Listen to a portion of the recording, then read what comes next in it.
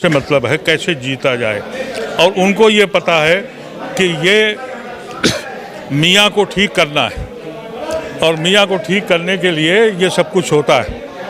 ये 3 महीने बाकी हैं, इस 3 महीने में आगे क्या होगा कुछ नहीं पता है। लेकिन इस प्रोसेस में हम अपने हिंदुस्तान के तसव्वुर को खो रहे हैं, हिंदुस्तान के कॉन्स्टिट्यूशन को तबाह कर रहे हैं, और हिंदुस्तान को मिलिटेंट मुल्क बनाने जा रहे हैं।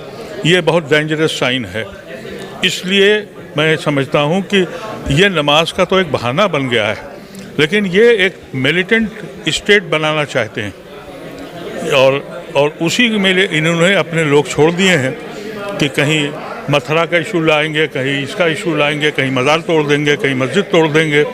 ये सिर्फ इसलिए करते हैं कि किसी सूरत से एक माहौल हिंदू मुसलमान का हो, रोज़ी रोटी पे बात नहीं हो, किसानों की बात नहीं हो, महंगाई की बात नहीं हो। उनका मकसद ये है कि बस ये जो अफीम की गोली है ये खिलाओ और मुल्क लूटे जाओ। अब मुल्क के मालिक क्या हैं? मुल्क के मालिक हैं हम दो, हमारे दो सरकार में बैठे हैं, 2 मार्केट में बैठे हैं, एक खरीद रहा है, दूसरा बेच रहा है। अदीब साहब, लेकिन इस तरीके से जिहाद शब्द का इस्तेमाल इस सरकार में शुरू हुआ है। पहले लव जिहाद शुरू हुआ, उसके बाद लैंड जिहाद, इकोनॉमी जिहाद। जी। इस पर क्या कहेंगे? ये मैंने कहा ना कि अब आप कहते हैं ना जय श्री राम कैसे शुरू हो गया। अरे भाई, ये भी तो मुसलमान ही थे, मासूम रज़ा राही, जिन्होंने स्क्रिप्ट लिखी थी रामायण की। यूपी में, वो हमारे यूपी के रहने वाले थे, हम भी वहीं के हैं। अब्बा हुजूर को का तर्जुमा उन्होंने किया, अब्बा पिता श्री, उसी से बना सिया राम हम लोग कहते थे, अब श्री राम हो गया। अब वो श्री राम के मतलब हिंदू हो गए। ये देखिए ना, ये यहाँ पर भी मुसलमान की मदद लेनी पड़ी उन्हें कि वो जो अब्बा हुजूर थे वो पिताश्री हो गए। मैं तो उससे पहले पिताश्री सुना ही नहीं था, और मैंने कभी श्री राम भी नहीं सुना था। आपके किसी किताब में श्री राम लिखा हुआ है? सिया राम, सीताराम या राम राम। एक नया वर्ड निकल आया, एक नया मज़हब बन रहा है, और वो मज़हब जो है वो मिलिटेंसी पे है, वो नफ़रत पे है।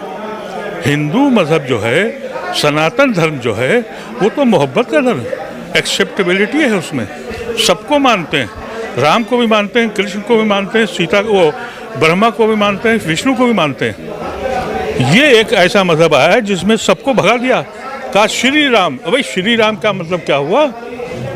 राम तो सीता के बगैर है ही नहीं, सीता को गायब कर दिया। अब ये या तो कॉन्स्पिरेसी मासूम रज़ा राही की थी, और या फिर इन लोगों की है। आपने गांधी के देश की बात की, आपने कहा गांधी के देश में इस तरीके का जो व्यवहार हो रहा है जी, उससे आप बहुत नाखुश लग रहे हैं। हम इसलिए कहते हैं कि हमने अपने खून को बांटा था, हमने जिन्ना को लीडर नहीं माना था, हमने जिन्ना को ठुकराया था, गांधी को अपनाया था, अपने खून को बांटा था।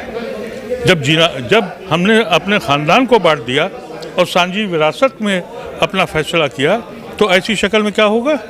ऐसी शक्ल में जाहिर है कि हमारे साथ तो इंसाफ होना चाहिए था, न कि हम अब टारगेट हो गए कि मियाँ को ठीक करना है।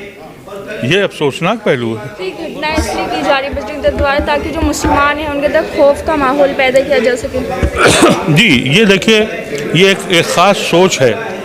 शुरू में हज़ारों साल दलितों को इतना डराया कि वो अपने वजूद से डर गए। अब दलित जो है रिजर्वेशन की वजह से इंजीनियर भी हो गया, डॉक्टर भी हो गया, एडमिनिस्ट्रेशन में भी आ गया, तो अब उसकी पोजीशन ये हो गई है कि हम किसी सूरत से एक कौम को तैयार करें जो हमारी खिदमत करे, और वो इसलिए मुसलमानों को टारगेट करते हैं। और आजकल मतलब इस तरीके का माहौल जो बन रहा है, चुनाव भी नज़दीक है कई जगहों पे। देखिए, ये तो हमारा आपस के भाईचारे को ख़राब करने की बात है, और ये नमाज तो एक बहाना है, क्योंकि असल में जो चुनाव हो रहे हैं, और ये आप देख रहे हो कि जब भी चुनाव होते हैं तो ये जो हमारी देश की सत्ताधारी सरकार है बीजेपी की, वो इस तरह से धार्मिक माहौल ख़राब करती है। तो इसीलिए अब गुड़गांव में भी इस तरह का माहौल ख़राब करने की कोशिशें की जा रही हैं, और इसमें सीधा सीधा है कि प्रशासन और सरकार का संरक्षण है, नहीं तो वो कुछ गिने चुने लोग ही तो आते हैं वहाँ पे और इस तरह की दंगाई फैलाते हैं और वो माहौल ख़राब करते हैं। उनको गिरफ्तार करना कोई मुश्किल बात नहीं है, लेकिन संरक्षण और सरकार का वहाँ पे उनको दिया जा रहा है। सरकार की क्या मंशा है इसके पीछे? सरकार की मंशा तो यही है कि लोगों को आपस में जो है फूट डाली रखो, धर्म के नाम पे लड़ाते रहो, असल में जो लोगों के जो मुद्दे हैं उनसे गायब रखा। क्योंकि आज हालात देख रहे हो कि जिस तरह से लॉकडाउन के बाद, कोरोना महामारी के बाद बेरोजगारी बढ़ी है, लोगों के काम छूटे हैं, महंगाई बढ़ रही है, गुंडागर्दी बढ़ रही है, किसान आंदोलन चल रहा है, इस तरह से जो माहौल है, लोगों को किस तरह से अलग थलग किया जाए, आपस में मतलब जो असल के मुद्दे हैं उनसे ध्यान जो है हटा करके धर्म के नाम पे लोगों को जो गुमराह किया जा रहा है वहाँ पे। उत्तर प्रदेश चुनाव के पहले इस तरीके से माहौल बन रहा है कि सारे मुद्दों को एक मुद्दे पे लाया जा रहा है, मथुरा के मुद्दे। बिल्कुल ये एक ही मुद्दे पे सिर्फ धर्म के नाम की तरफ ले जाया जा रहा है, असल में मुद्दों से भटकाने की कोशिश की जा रही है। तो अगर ये मुद्दा बनता है इस तरीके से, क्या लगता है लोगों का सपोर्ट मिलेगा? लोगों को, लोग एकजुट होंगे मंदिर के नाम पे, या जो है इसका जो है वो कुछ और एंगल से अपना सोचेंगे? देखिए, लोग अब समझ रहे हैं, इनकी राजनीति भी समझ रहे हैं, इसीलिए लोग अब इनकी राजनीति इस तरह से चलने नहीं देंगे। क्योंकि लोग जो हैं, लोग चाहते हैं आज शिक्षा मिले, लोग चाहते हैं उनको बेहतर स्वास्थ्य मिले, लोग चाहते हैं उनको रोजगार मिले। असल में जो मुद्दे देश की सरकार जब राजनीति में आई थी, सत्ता में आई थी, उस समय 2 करोड़ नौकरी की बात करके आई थी, हर महंगाई को कम करने की बात आई थी, लेकिन वो कोसों दूर है।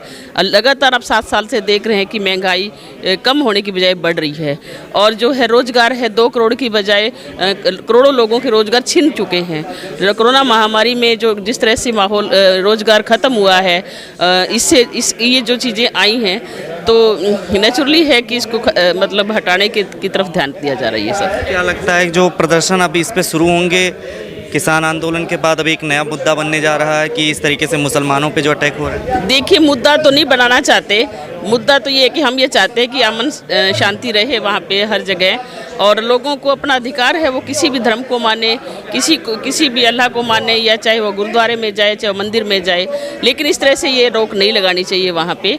और दूसरा ये है कि अगर इस तरह से अगर नमाज पढ़ने में दिक्कत हो रही है, तो हम ये कह रहे हैं कि सरेआम जो है अलग अलग तरीके से जागरण भी होते हैं वहाँ पे, कावड़ यात्राएं भी चलती हैं, बल्कि प्रशासन उनको अलग से रोड देता है, अलग से उनके मोबाइलों में भी रिचार्ज करवाते हैं, अलग अलग भंडारे चलते हैं।